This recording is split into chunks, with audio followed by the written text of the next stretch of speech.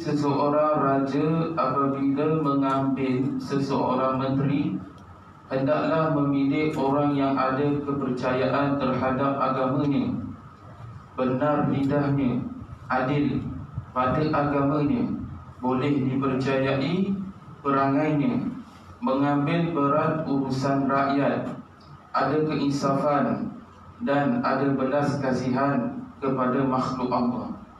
Jadi bukan setakat kita nak pilih menteri saja, kita nak pilih AJK, nak pilih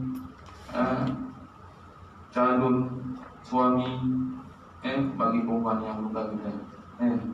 Maksud kat sini pemimpin.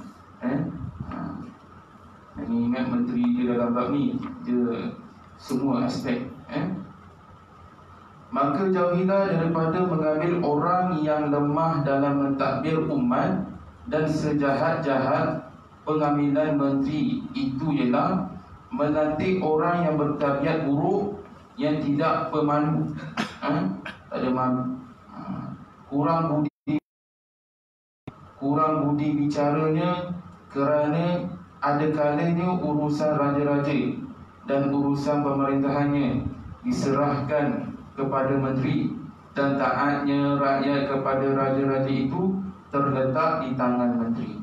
Macam contoh sekarang, bahawa Agung siapa? Perdana Menteri kan, sekarang Perdana Menterinya mentadbir Perdana. Itulah contoh. Bandingkan dengan kerajaan, bagi seseorang raja itu seumpama cermin bagi muka.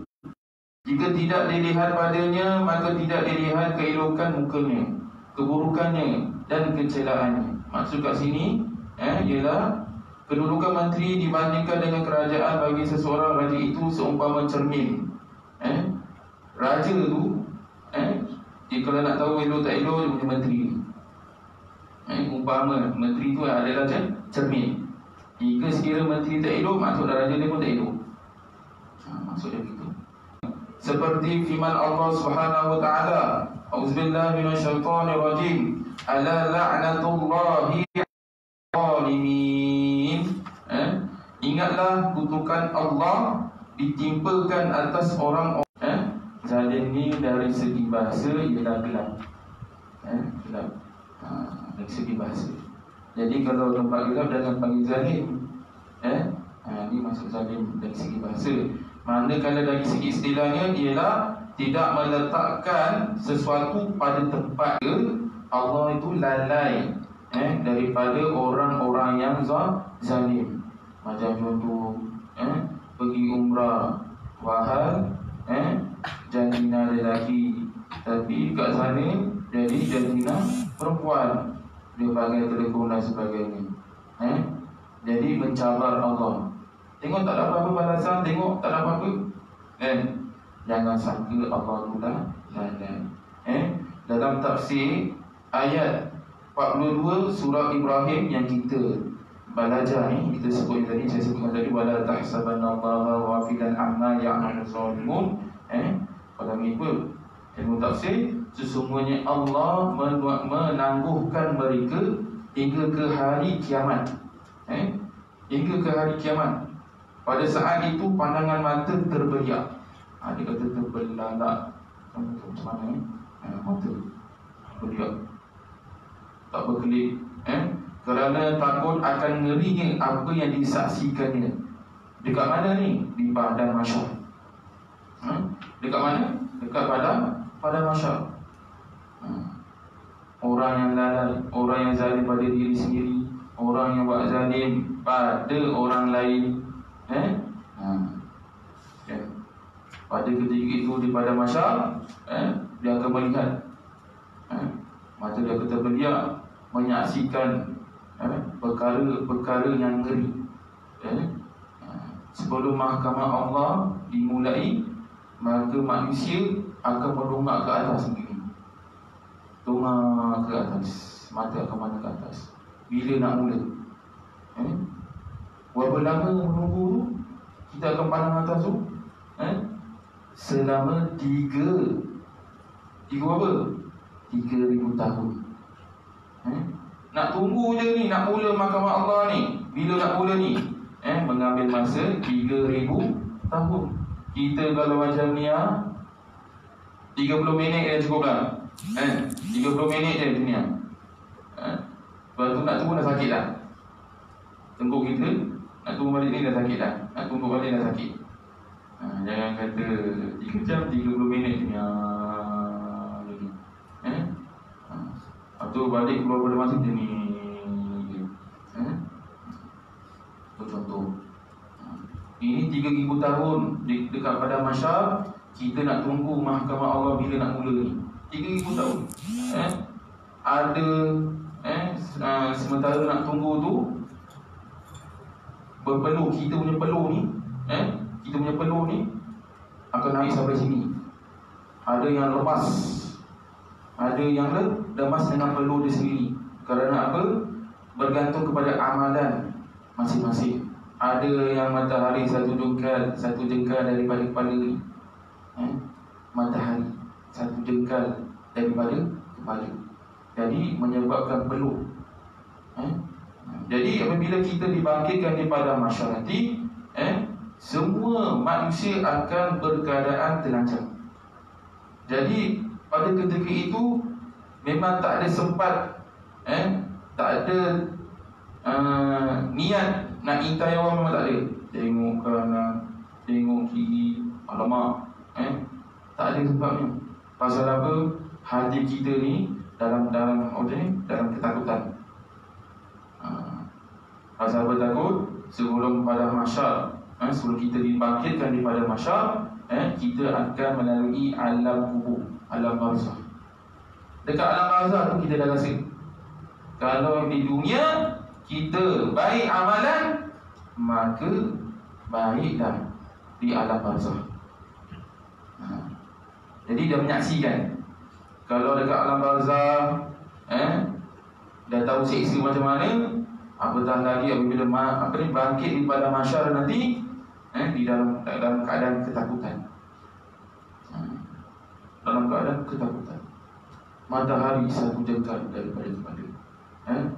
Jadi manusia ramai-ramai mencari naungan Allah Subhanahu Wa Taala. Naungan mana ni? Naungan Arash. Arash ni besar. Arash ni bukan macam KLCC, bukan. Kita tak pernah lihat betapa besar ni Arash. Malaikat menanggung Arash. Arash tersebut betapa besarnya. Berbilion manusia berebut nak masuk naungan Arash tersebut. Pasal apa? Kita dah tak tahan dengan matahari satu jengkal.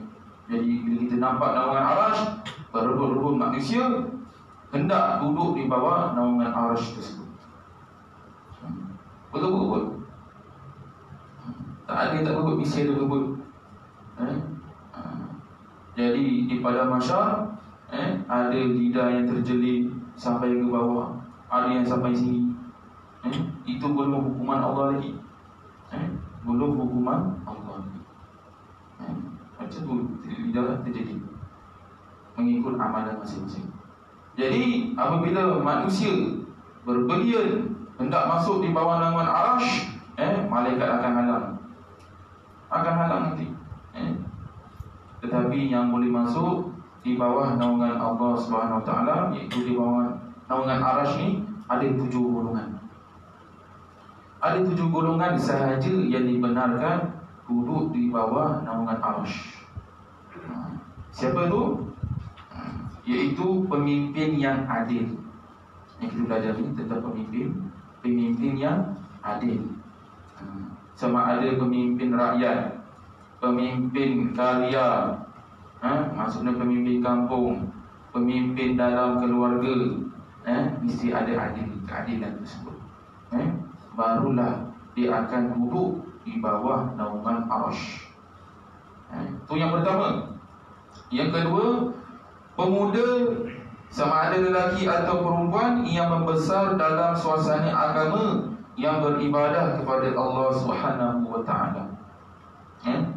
Dia tidak bazirkan masa usianya ketika muda. Belajar duduk dalam suasana agama, datang ke masjid, membesar dalam suasana dalam masjid. Ibu bapa ni terapkan anak-anak dia datang ke masjid, walaupun dia tak masuk, kita datang masjid dengan kuliah ustaz. Suasana dia membesar. Ustaz, anak-anak saya semua dah besar-besar, Ustaz, datangkan ibu ke sini. Dekat mana? Masjid. Tapi bawah 12 tahun tak boleh, atas 12 tahun tak boleh. Sekarang PKP tak dibenarkan bawah 12 tahun. Baik. Jadi pemuda, sama ada lelaki atau perempuan yang menghabiskan masa yang beribadah dalam suasana agama, daripada kita sampai besar, dibimbing dalam agama, insya-Allah hingga dekat akhirat nanti dia akan duduk di bawah naungan Arsh. Baik. Yang ketiga, insan yang hatinya terpaut dengan masjid. Ajak tuan-tuan dan puan datang ke masjid. Kalau tak datang masjid lain macam, tak dengar kuliah lain macam, ataupun tak solat berjemaah di masjid, rasa lain macam, rasa serba salah, rasa serba salah. Hatinya terpaut dengan masjid. Azan subuh, dengar azan subuh, kelang kabut dia pergi ke masjid. Maksud kat situ hatinya terpaut dengan masjid. Jadi bila cakap masjid ni selalu berjemaah di masjid, dengan kuliah dan sebagainya. Contohnya apa lagi, buat gotong royong dekat masjid, bersihkan masjid dan sebagainya.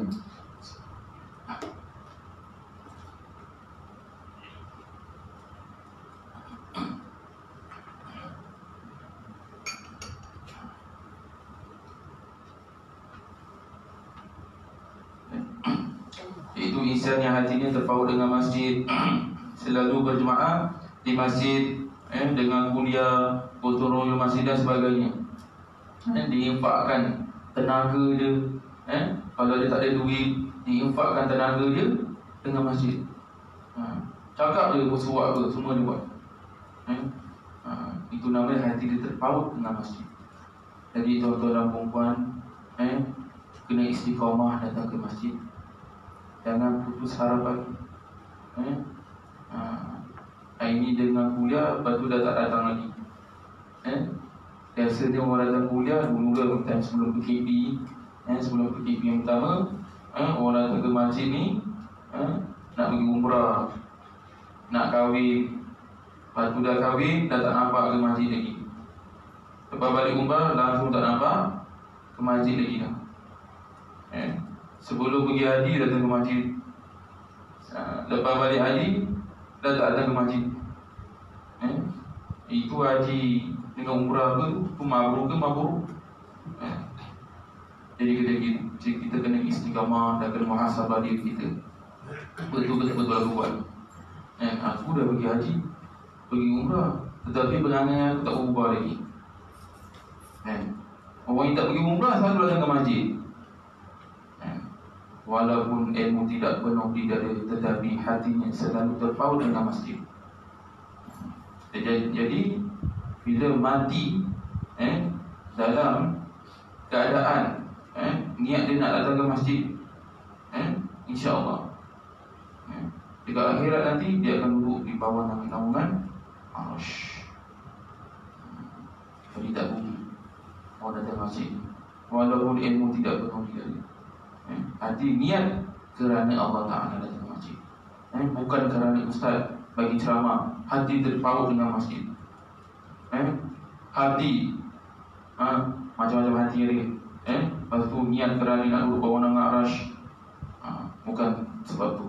Sebab apa? Sebab kerana Allah Ta'ala. Jadi masa PKP, tak cakap PKP ke, time masa masa tak boleh datang ke masjid, penduduk karya tidak boleh solat berjamaah di masjid, solat fardu.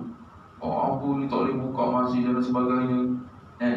Time boleh buka masjid, berapa kerat je yang datang ni, berapa kerat je yang datang, yang hadir. Imam saya tengok selalu sebelum PKP tu, selalu post dekat FB, ada kuliah ni macam-macam.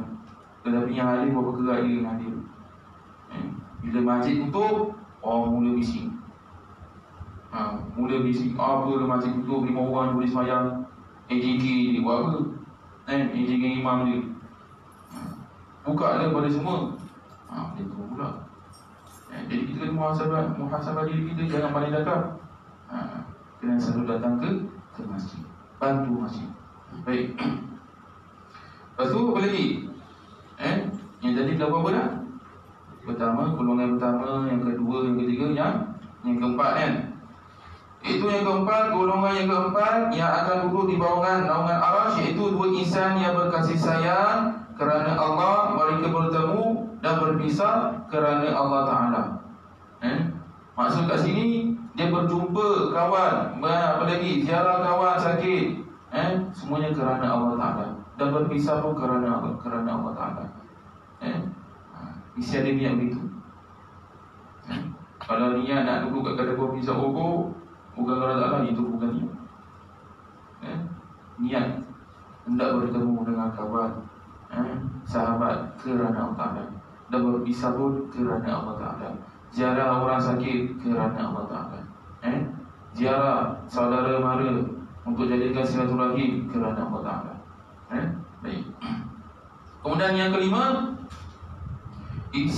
insan yang diajak atau digoda oleh wanita, lalu pemuda tersebut ataupun lelaki tersebut menyebut, inni akhafullah, sesungguhnya aku takutkan Allah. Dia takut.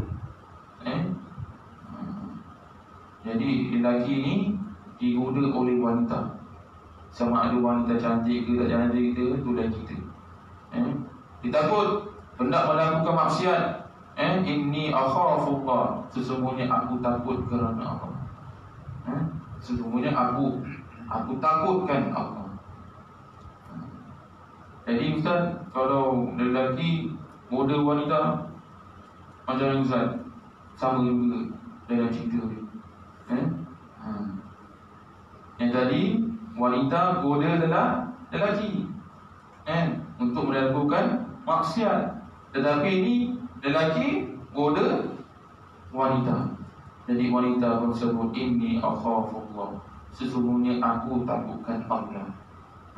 Maka dekat akhirat nanti dia akan duduk di bawah naungan arasy. Iman dia masih kuat lagi.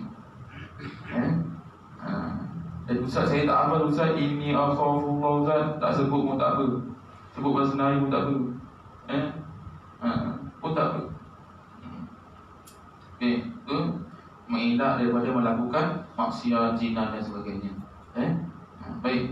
Yang keenam, insan yang bersedekah dengan cara yang tersembunyi sehingga tangan kirinya tidak mengetahui. Dia bersedekah semata-mata kerana Allah Ta'ala, tak ada menunjukkan riya dan sebagainya. Itu yang keenam. Yang ketujuh, golongan yang ketujuh, insan yang mengingati Allah secara bersunyian lalu menitiskan air matanya. Rasulullah SAW, dua mata keduanya tidak akan tersentuh api neraka, iaitu mata yang menangis kerana takut kepada Allah Ta'ala. Pada waktu malam yang sunyi, dia bersendirian, dia melakukan solat tahajud, dia menangis takut kerana Allah Ta'ala, takut akan dimasukkan ke dalam neraka Allah Ta'ala, takut dengan siksa azab api neraka. Dia takut. Sebab kalau dia takut, dia menangis, maka dia tidak akan tersentuh daripada api neraka. Golongan iaitu yang ketujuh, insan yang mengingati Allah secara bersunyian lalu menitiskan air mata. Baik. Kemudian iaitulah 7 golongan yang akan duduk di bawah naungan arasy.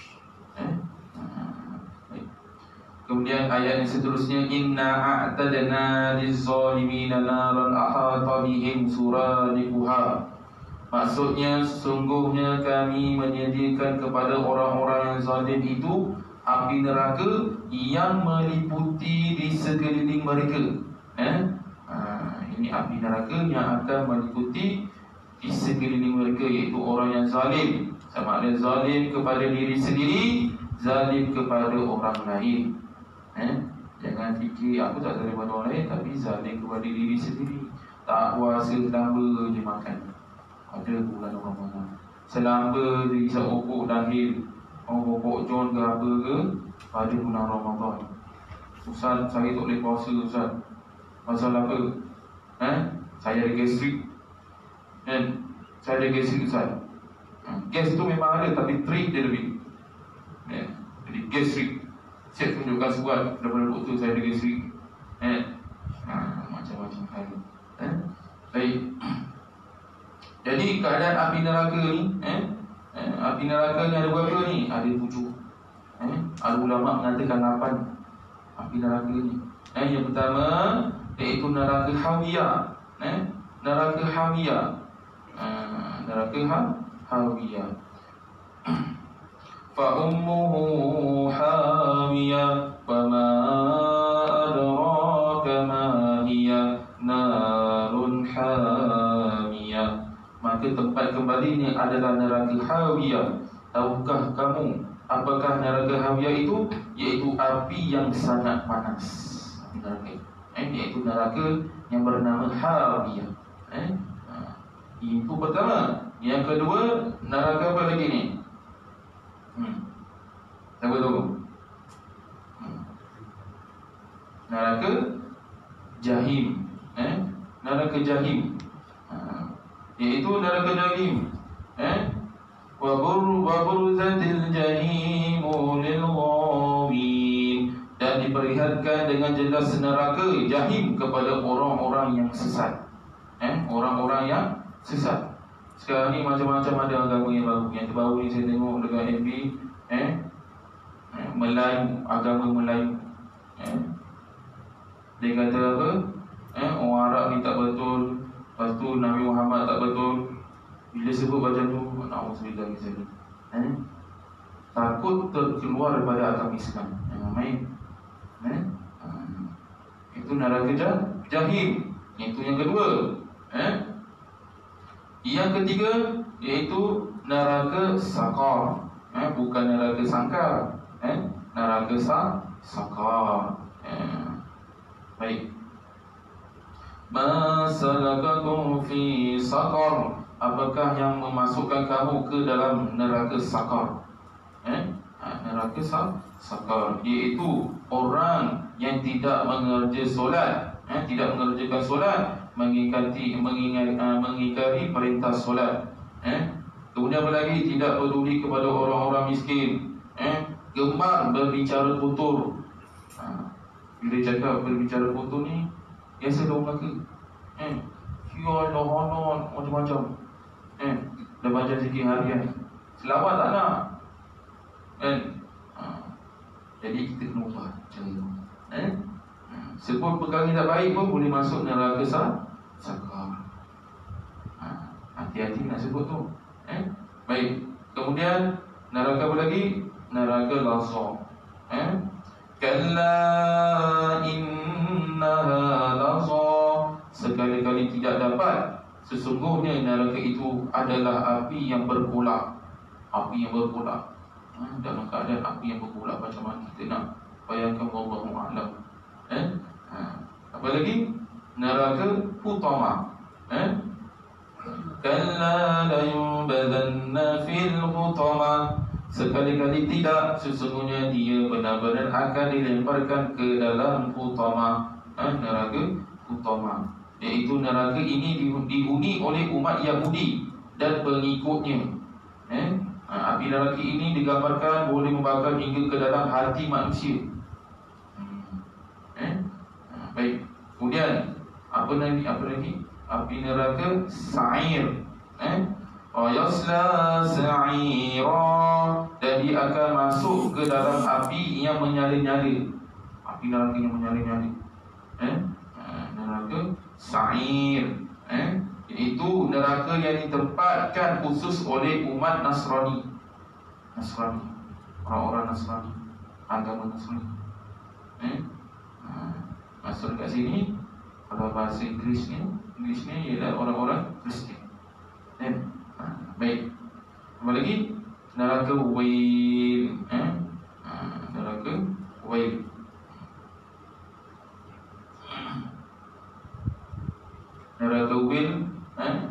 iaitu orang ni solat, dia solat tetapi dia lalai pada solat, saja dia lambat-lambatkan solat.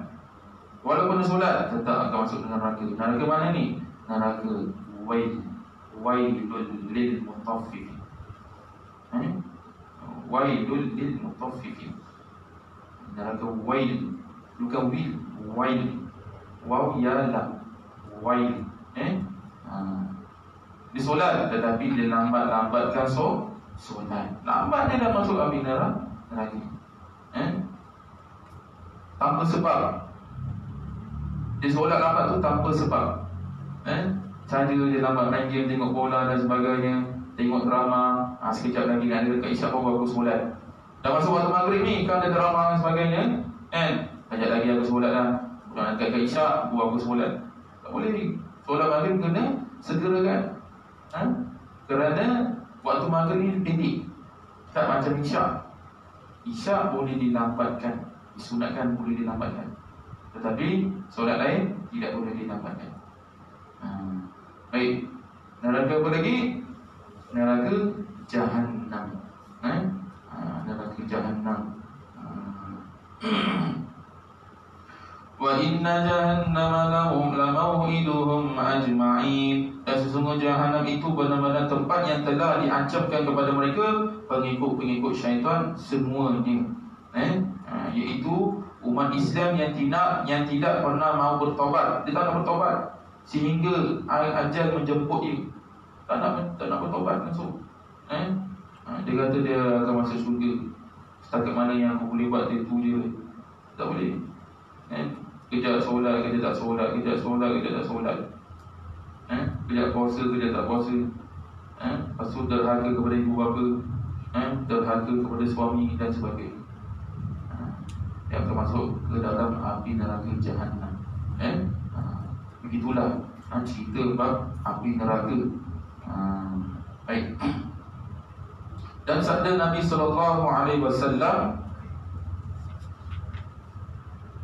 man iqtata'a haqqan mri'in muslimin awjaballahu lahun nar wa harrama 'alaihi al-jannah. Faqala rajulun ya bani Allah walau kana yasira, qala walau qudiba min arak.